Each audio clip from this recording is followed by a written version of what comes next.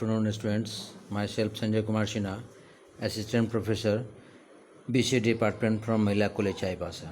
Last class of BC second semester, in paper Data Structures and C++, 10th video lecture, we had discussed chapter classes, different topics. And today we will read operator overloading for classes from chapter classes and queues.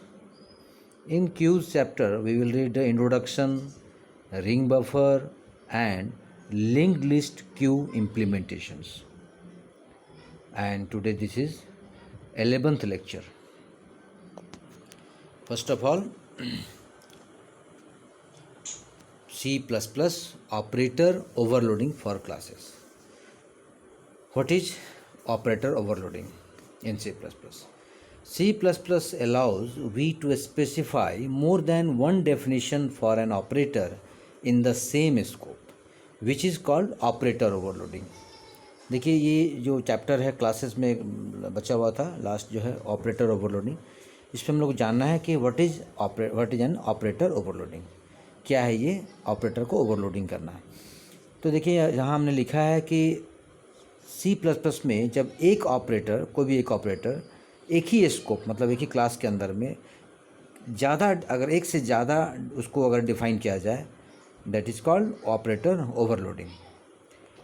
पहले भी हम लोग पढ़ चुके हैं इसको, function overloading हम लोग पढ़ चुके हैं, जैसे एक फंक्शन कई जब बार उसको डिफ़ाइन किया गया। सिमिलरली यहाँ भी हम लोग ऑपरेटर को जब कई बार हम लोग उसको डिफ़ाइन करेंगे एक ही स्कोप में, तो that is called operator overloading. An overloaded declaration is a declaration that is declared with the same name as a previously declared declaration in the same scope. Clear है कि अगर मान लीजिए एक से ज़्यादा ऑपरेटर को अगर डिक्लेयर कर रहे हैं एक ही स्कोप के अंदर में, तो जो नाम से पहले होगा उसी नाम से आपको डिक्लेयर करना है इसमें अभी, except that both declaration have different argument. बस इसमें ध्यान देना है कि अलग अलग जो डिक्लेरेशन होगा अलग अलग आर्गूमेंट्स होगा और ऑब्वियसली डिफरेंट डेफिनेशन, मतलब उसका डिफाइन भी अलग होगा, जो इम्प्लीमेंटेशन भी अलग अलग होगा। When we call an overloaded operator, the compiler determines the most appropriate definition to use. जब हम लोग उसको ऑपरेटर ओवरलोडिंग जब कर लेंगे तो कंपाइलर क्या करेगा, उसमें देखिएगा कि किसका डेफिनेशन का यूज हम लोग को अप्रोप्रिएट मोस्ट अप्रोप्रिएट है और कंपेयर करेगा आर्गूमेंट टाइप्स में। We have use to call the operator with the parameter types specified in the definition, और जो हम लोगों ने पैरामीटर जो अलग अलग हम लोगों ने ऑपरेटर में यूज किया होगा उसके अकॉर्डिंग वो कंपेयर करके वो उसको मोस्ट जो अप्रोप्रिएट डेफिनेशन होगा उसको वो कॉल करेगा, डिटरमाइन करेगा। The process of selecting the most appropriate overloaded operator is called overloaded resolution, और यही जो सिलेक्ट करने का जो मोस्ट अप्रोप्रिएट जो ऑपरेटर को सिलेक्ट करेगा उस प्रोसेस को यहाँ हम लोग कहते हैं overload resolution. We can redefine और overload most of the built-in operator available in C++। मतलब C++ में जो बहुत सारे जो ऑलरेडी जो हम लोग यहाँ खुद से डिफ़ाइन करते हैं ऑपरेटर जो हम लोग यूज़ करते हैं, उसमें हम लोग कई सारे ओवरलोडेड ऑपरेटर का यूज़ हम लोग कर सकते हैं। Thus a programmer can use operator with user defined data types as well, और जो यूजर डिफाइंड जो हम लोग डिफाइन कर सकते हैं उस तरह प्रोग्रामर को उसको यूज करके यूज कर सकता है प्रोग्राम में। Overloaded operators are functions with special name. Generally overloaded operator क्या है, वो एक फंक्शन है जो स्पेशल नेम के साथ यूज होगा, द कीवर्ड ऑपरेटर, और वो नाम जो है किसके साथ जुड़ेगा, ऑपरेटर जो कीवर्ड है, ठीक है, उसमें सिंबल होगा जो ऑपरेटर हम लोगों को यूज करना है। लाइक एनी अदर फंक्शन और an overloaded operator has a return type and a parameter list. जैसे फंक्शन में भी हम लोग जो भी अगर अलग अलग यूज करते हैं तो कई सारे ऑपरेटर लेते हैं तो उसका भी रिटर्न टाइप होगा और उसका भी एक पैरामीटर अलग अलग पैरामीटर हम लोग यूज करेंगे। सिमिलर देखिए कि एग्जाम्पल हमने लिया है बॉक्स ऑपरेटर, बॉक्स एक सिंपल नेम लिया है हम लोगों ने, और ऑपरेटर देंगे फिर प्लस का ऑपरेटर दिए हैं, कॉन्स्ट देखिए आर्गूमेंट में क्या डाला हमने, कॉन्स्ट बॉक्स एंड, ये एक सिंपल हमने यहाँ सिंटैक्स डाला। इसमें देखिए इसके थ्रू क्या होगा, डिक्लेयर द एडिशन ऑपरेटर, यहाँ हम लोगों ने क्या ऑपरेटर लिया, addition operator, that can be use to add two box object और यहाँ पर क्या होगा, दो बॉक्स ऑब्जेक्ट को ऐड करेगा ये, and returns final box object, और फाइनली बॉक्स ऑब्जेक्ट को रिटर्न देगा। Most overloaded operators may be defined as ordinary non member functions और a class as class member function. ज़्यादातर जो भी ऑपरेटर ओवरलोडेड हम लोग यूज करेंगे या तो नॉन मेंबर फंक्शन होगा, या क्लास मेंबर जो फंक्शन हम लोग लेते हैं उसके थ्रू हम लोग डिफाइन करेंगे। In case we define above function as non-member function of a class, then we had to pass 2 arguments. अगर मान लीजिए कि हम लोग यहाँ एक से ज़्यादा अगर नॉन मेमोरी फंक्शन क्लास में यूज कर रहे हैं तो हम लोग 2 आर्गूमेंट भी यहाँ पर हम लोग पास कर सकते हैं अलग अलग ऑपरेंड में, हर एक ऑपरेंड में। जैसे देखिए यहाँ पर हम लेंगे बॉक्स ऑपरेटर, जैसे प्लस लिया हमने, जैसे कॉन्स्ट बॉक्स एंड, फिर कॉमा कॉन्स्ट बॉक्स एंड, अलग अलग 2 हम लोगों ने यहाँ पर ऑपरेंड लिया। Following the example to show the concept of operator overloading using a member function. नीचे हम नेक्स्ट स्लाइड में हम लोगों को यहाँ एक एग्जाम्पल देखेंगे जो मेंबर फंक्शन को कैसे यूज कर रहे हैं ऑपरेटर ओवरलोडिंग, वो हम लोग यहाँ देखेंगे।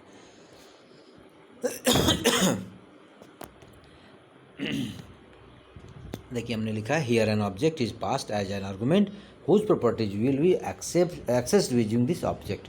The object will call this operator can be accessed using this operator as explain below. देखिए एग्जाम्पल एक प्रोग्राम हमने यहाँ शो किया है आपको, जहाँ ऑब्जेक्ट को पास करा के आर्गुमेंट में हम लोग देखेंगे, और दिस ऑपरेटर का भी हम लोगों ने यहाँ यूज़ करना है। सिंपल जैसे प्रोग्राम लोग html.h हेडर फाइल लेते हैं, क्लास का नाम यहाँ देखिए क्या लिया हमने, बॉक्स। पब्लिक आपका जो है ये पब्लिक हम लोग ले लिए, एक्सेस स्पेसिफायर। अब देखिए डबल हम लोग यहाँ एक मेंबर फंक्शन ले रहे हैं गेट वॉल्यूम, उसमें क्या हमने आर्गुमेंट डाला वॉइड, ठीक है। उसमें हम लोगों ने क्या नीचे देखिए return length into breadth into height, मतलब तीनों जब हम लोग नीचे डिफाइन करेंगे अलग अलग, तो हम लोग तीनों कैलकुलेट करके वो गेट वॉल्यूम में स्टोर करेगा।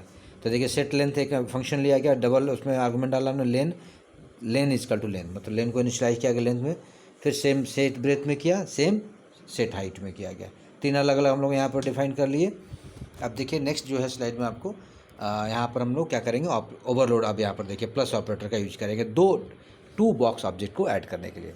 बॉक्स हमने क्या लिया है, क्लास का नेम, ऑपरेटर चूँकि ये कीवर्ड यूज करना है, ठीक है, प्लस का यहाँ साइन देना जरूर है चूँकि वो हम लोग लेंगे। और यहाँ पर देखा आर्गुमेंट में क्या लिखा हमने, कॉन्स्ट बॉक्स एंड बी क्या हो गया आपका ऑब्जेक्ट हो जाएगा। अब देखिए नीचे बॉक्स एक तो क्लास नेम हो गया, और फिर बॉक्स न्यू ऑब्जेक्ट हमने ले लिया यहाँ पर। अब देखिए बॉक्स डॉट लेंथ, मतलब पहले जैसे जस्ट इससे पहले वाला हम लोग क्या लिए थे यहाँ पर, लेंथ जैसे लिए थे, तो डॉट में मतलब बॉक्स का जो भी होगा वो लेंथ में आके लेगा। अब देखिए यहाँ पर साइन दिस पॉइंटर यूज किया गया, length plus b dot length, इस तरह तीनों का हम लोग दिस पॉइंटर के यूज करके तीनों का जो भी हम लोग इनपुट लेंगे वो तीनों स्टोर करेंगे और तीनों को ऐड करेंगे, और तब रिटर्न बॉक्स में जाके स्टोर करेंगे हम लोग। अब नीचे देखिए प्राइवेट, चूँकि तीनों का अलग से हमने यहाँ पर लेंथ, बॉक्स का लेंथ, ब्रेथ और हाइट को अलग से यहाँ डिफाइन किया गया है।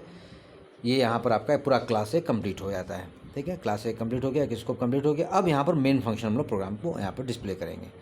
मेन फंक्शन में देखिए बॉक्स आपका क्लास नेम हो गया, बॉक्स 1, इस तरह 3 हम लोग अलग अलग यहाँ पर ऑब्जेक्ट को यहाँ लेंगे, बॉक्स 1, बॉक्स 2 एंड बॉक्स 3।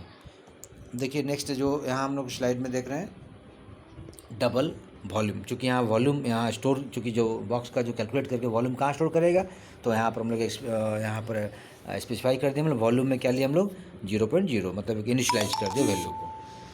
अब देखिए यहाँ पर सिंपल बॉक्स 1 का स्पेसिफिकेशन, सेट लेंथ में हम लोगों ने यहाँ पर आर्गुमेंट जो डाला था वहाँ हम लोग देखिए 6 लिए, इस तरह से ब्रेथ में 7 लिए और हाइट में क्या लिए 5। फिर ये बॉक्स 1 का था, फिर इस तरह सेम बॉक्स 2 का स्पेसिफाई कर लिए, लेंथ में हम लोग 12 ले लिए, ब्रेथ में 13 और हाइट में 10। इस तरह से अब यहाँ पर नीचे देखिए वॉल्यूम को कैलकुलेट करेगा, क्योंकि box 1 dot gate volume function जो मेंबर फंक्शन को कॉल करेगा और डिस्प्ले क्या करेगा, वॉल्यूम ऑफ बॉक्स 1, वॉल्यूम से वैल्यू उठाएगा। फिर सेम उस तरह से बॉक्स 2 का करेगा, बॉक्स 1 बॉक्स 2 दोनों का वैल्यू को पुट करके वहाँ पर डिस्प्ले करेगा। और अब यहाँ नीचे देखिए ऐड 2 ऑब्जेक्ट एज फॉलोज, यहाँ हम लोग दोनों ऑब्जेक्ट को ऐड करेंगे। सिमिलर ये box 3 assign box 1 plus box 2। अब यहाँ पर देखिए वॉल्यूम इजकल टू क्या है, बॉक्स 3 डॉट गेट वॉल्यूम, जो भी यहाँ पर गेट वॉल्यूम बॉक्स 3 था वो डिस्प्ले करेगा आपका वॉल्यूम ऑफ बॉक्स 3 में। तो इस तरह से ये कंप्लीट एक हम लोग मेन फंक्शन को डिस्प्ले किया। और सिंपल देखिए हमने यहाँ बगल में दिखाया है, when the above code is compiled, जैसे सारा कोडिंग को जब कंपाइल करेंगे and executed it produce the following, उसको कैलकुलेट करके वो बॉक्स 1 का वैल्यू दिखाएगा, बॉक्स 2 का वैल्यू दिखाएगा एंड बॉक्स 3 का वैल्यू दिखाएगा। तो यहाँ हम लोग ने देखा कि कैसे ऑपरेटर का यूज, जस्ट पहले स्लाइड में हम लोग ने देखा कैसे ऑपरेटर का यूज हम लोग कर रहे हैं और कैसे उसको कैलकुलेट यहाँ करके दिस ऑपरेटर के थ्रू हम लोग यहाँ ऑपरेटर ओवरलोडिंग को कैसे शो कर रहे हैं। तो ये था एक ऑपरेटर ओवरलोडिंग जो C++ है, और ये क्लासेस चैप्टर जो था आपका ये कंप्लीट हुआ। अब जो है इस नेक्स्ट जो टॉपिक आपका है इस पेपर में जो पढ़ना है, क्यूज़। सबसे पहले उसका इंट्रोडक्शन, व्हाट इज़ क्यू। तो what is queue? Queue is an abstract data structure somehow similar to stacks, मतलब क्यू जो है जैसे स्टैक्स हम लोगों ने पढ़ा था, ये भी एक एब्स्ट्रैक्ट डेटा स्ट्रक्चर है, ठीक है, स्टैक जैसा सिमिलर है, अनलाइक स्टैक, लेकिन उसके जस्ट ऑपोजिट। जैसे स्टैक में क्या था, लिफो बेसिस पर काम करता है, last in first out, but यहाँ स्टैक क्यू में क्या होगा, a queue is open at both its ends, मतलब दोनों तरफ, इसके दोनों जो एंड होगा दोनों तरफ वो ओपन होगा।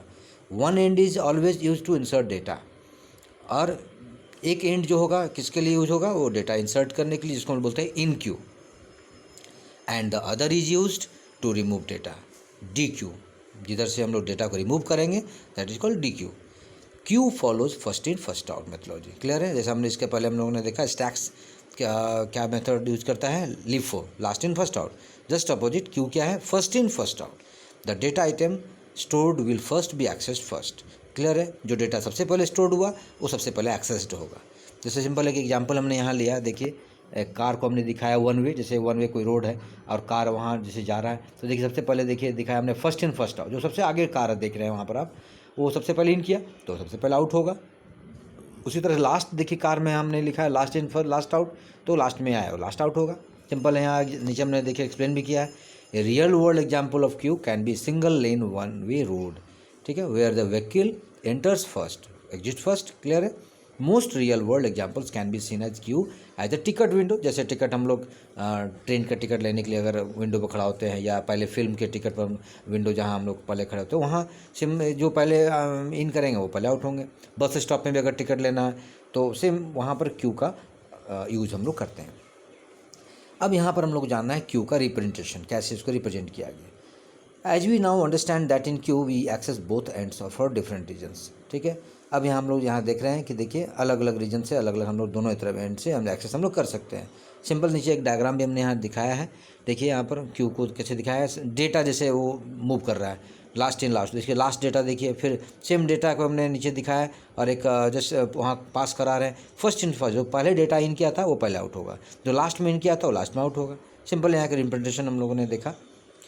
तो ये क्यू का सिंपल एक इंट्रोडक्शन था जो क्यू का हम लोगों ने यहाँ समझा। अब जो है आपके टॉपिक में जो दिया गया है ये इसके पहले बेसिक ऑपरेशंस ऑफ क्यू, मतलब यहाँ हम लोग जान लेंगे क्यू का एक्चुअली ऑपरेशन है क्या, क्या क्या वर्क है उसका। तो क्यू ऑपरेशंस में इन्वॉल्व इनिशियलाइजिंग और डिफाइनिंग द क्यू, क्लियर है। क्यू का जो ऑपरेशन है, कोई भी क्यू को इनिशियलाइज करना या डिफाइन करने का वर्क हम लोग करते हैं, यूटिलाइजिंग और उसको यूटिलाइज भी करते हैं, and then completely erasing it from the memory, और उसको हम लोग पूरे मेमोरी से इरेज भी हम लोग करते हैं। तो ये सारा एक ऑपरेशन है। Here we shall try to understand the basic operations associated with queue, और सिंपल एक बेसिक ऑपरेशन जानेंगे कि क्यू के साथ हम लोग क्या क्या कर सकते हैं। दो चीज़ हम लोगों ने यहाँ पहले डिस्कस भी किया था, इन क्यू और एंड डी क्यू। तो इन क्यू का मतलब हो गया add, means store an item to the queue. अगर जो क्यू हम लेते हैं उसमें डेटा को अगर स्टोर करना है और ऐड करना है तो हम लोग वहाँ इन क्यू का फंक्शन का यूज करेंगे। Just opposite dequeue, just remove मतलब access an item from the queue, ठीक है। अगर कोई एक्सेस करना चाहते हैं, मान लीजिए जो स्टोर है पहले से उसको एक्सेस करना चाहते हैं तो रिमूव होते जाएगा और उसको हम लोग कहते हैं dequeue. Few more functions are required to make the above mention queue operation efficient. These are कुछ फंक्शन यहाँ हम लोगों ने देखेंगे जिसको यूज करके हम लोग क्यू में यूज करेंगे। जैसे पिक फंक्शन, ये फंक्शन का यूज कब करेंगे, gets the element at the front of the queue without removing, मतलब बिना रिमूव किए हुए अगर हम कोई एलिमेंट को फ्रंट से अगर लेना चाहते हैं तो पिक फंक्शन यूज करेंगे। इज़ फुल, जनरली ये फंक्शन का यूज कब करेंगे, जब क्यू फुल है, चेक करने के लिए कि क्या क्यू फुल है। और इज एम्प्टी, अगर मान लीजिए सपोज आपका क्यू एम्प्टी है तो वो चेक करने के लिए फंक्शन का यूज करेंगे। तो जनरली बेसिकली हम लोग तीन ये ऑपरेशन अलग अलग हम यूज करते हैं। इन queue we always dequeue और access data pointed by front pointer. और जब भी डी क्यू करना होगा, डेटा को एक्सेस करना होगा तो उसको हम लोग फ्रंट पॉइंटर से हम लोग पॉइंट करेंगे। एंड वाइल इन क्यूइंग और स्टोरिंग, इन क्यू स्टोर करना होगा data in the queue we take help of rear pointer, मतलब किधर से हम लोग लेंगे इन स्टोर करेंगे, रियर पॉइंटर की ओर से। नीचे जस्ट आपका जो सिलेबस में चूँकि यहाँ क्लियर लिखा है ring buffer and link list Q implementation, उसको हम लोग यहाँ पढ़ेंगे, उसको डिटेल्स जानेंगे कि what is ring buffer and link list Q implementation कैसे करेंगे क्यू में।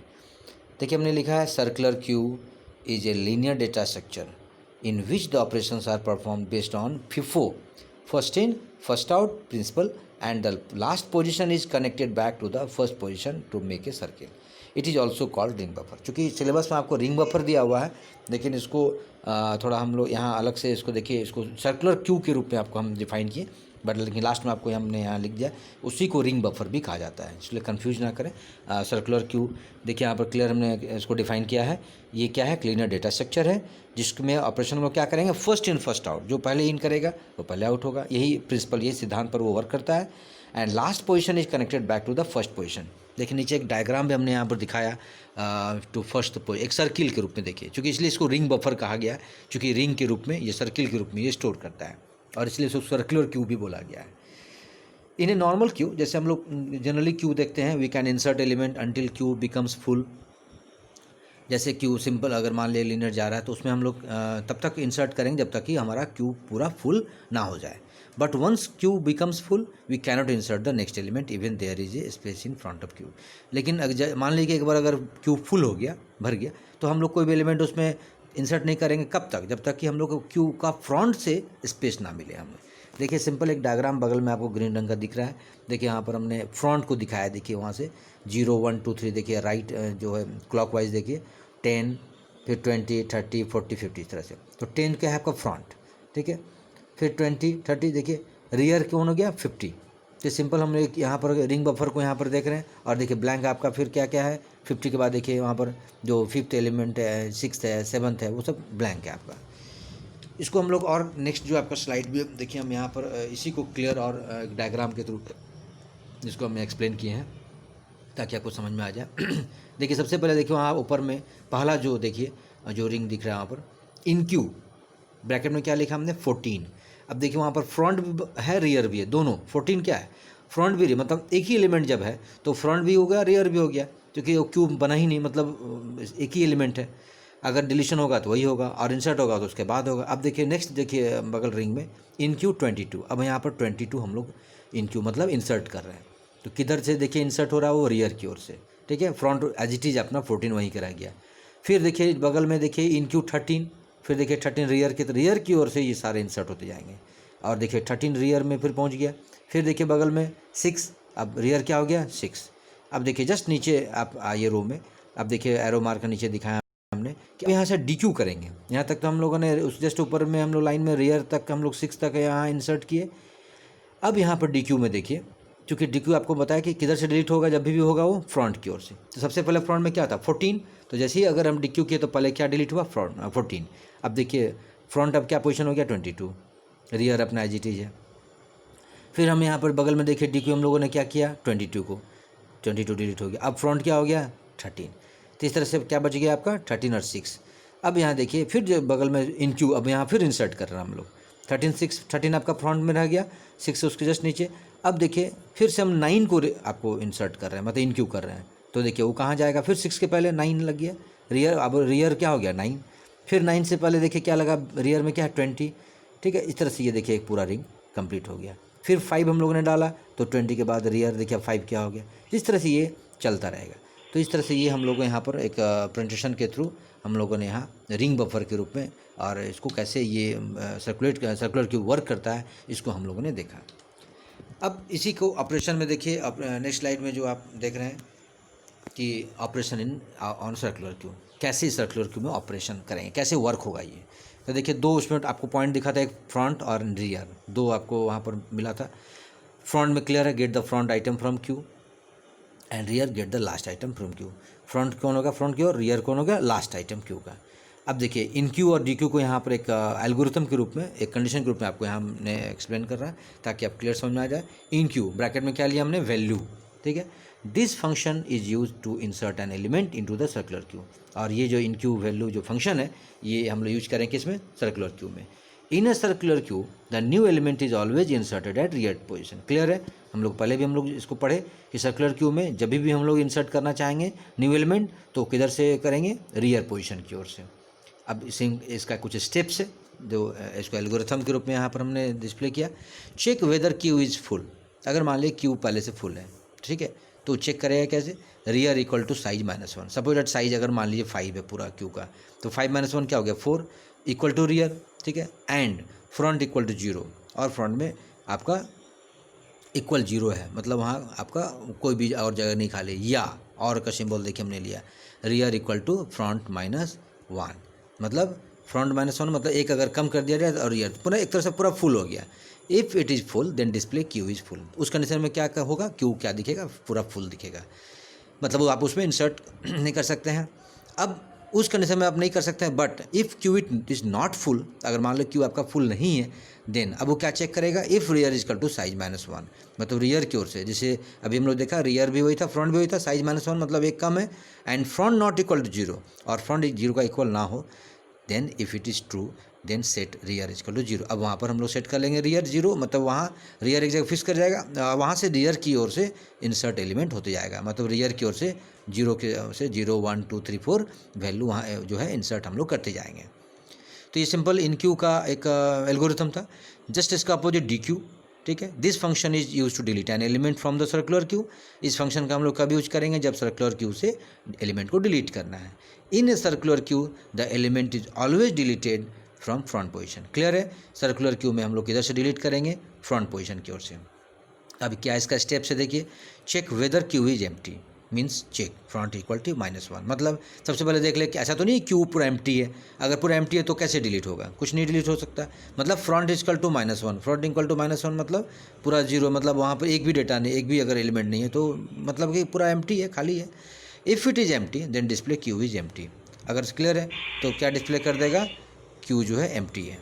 If Q is not empty, अब मान लीजिए एम्प्टी नहीं है, तो उस कंडीशन में क्या होगा, then step 3 check if front equal to rear, मतलब दोनों फ्रंट रियर आपको जस्ट इसके पहले डायग्राम में देखे थे हम लोग कि फ्रंट भी वही रियर भी।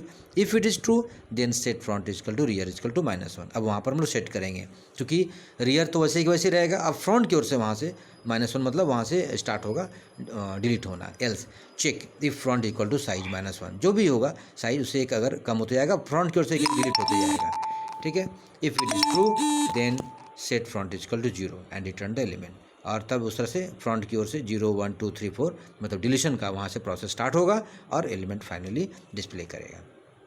तो इस तरह से हम लोगों ने दोनों को, इन क्यू और डी क्यू को कैसे वर्क होगा, कैसे ऑपरेशन करेगा, वो दोनों हम लोग सर्कुलर क्यू में देखें।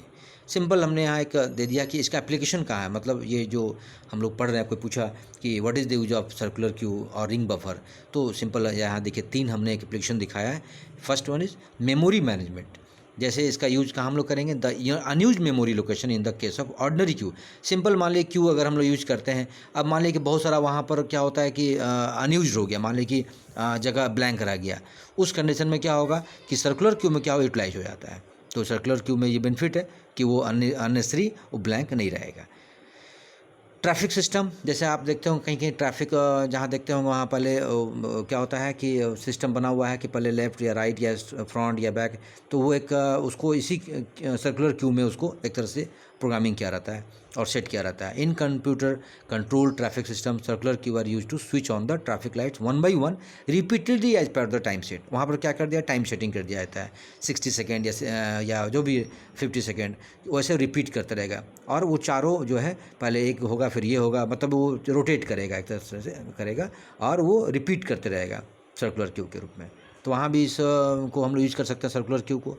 एक CPU शेड्यूलिंग है जो आप लोग ऑपरेटिंग सिस्टम में पढ़े होंगे। ऑपरेटिंग सिस्टम्स या पढ़ेंगे, operating systems often maintain a queue of process that are ready to execute और that are waiting for a particular event to occur. Operating system generally maintain करता है वो, जैसे वहाँ भी मान लीजिए कि कई सारे प्रोसेस वहाँ पर उसको जब हम लोग CPU में डालते हैं तो वो क्या करेगा, क्यू के रूप में वहाँ पर मतलब कि वो रोटेशन में डाल देगा, वेटिंग कराएगा, और जैसे से मतलब वो जैसे एक पहले वाला जो प्रोसेस में आया सबसे पहले उसको एग्जीक्यूट करेगा, फिर उसके बाद इस तरह वो रोटेट होता रहेगा, वो सर्कुलेट करता रहेगा और सर्कुलर क्यू के रूप में वो रिपीट करते जाएगा और प्रोसेस करते जाएगा। इस तरह से ये जो हम लोगों ने पढ़ा क्यू का, जो उसको कैसे अप्लाई करेगा, किस तरह से एप्लीकेशन में यूज करेंगे, तो ये हम लोगों ने सर्कुलर क्यू और या रिंग बफर को हम लोगों ने यहाँ देखा। तो ये जो आपका चैप्टर कंप्लीट हुआ क्यूज़। अब ट्रीज़ चैप्टर है जो हम लोग आगे नेक्स्ट क्लास में पढ़ेंगे। Thank you.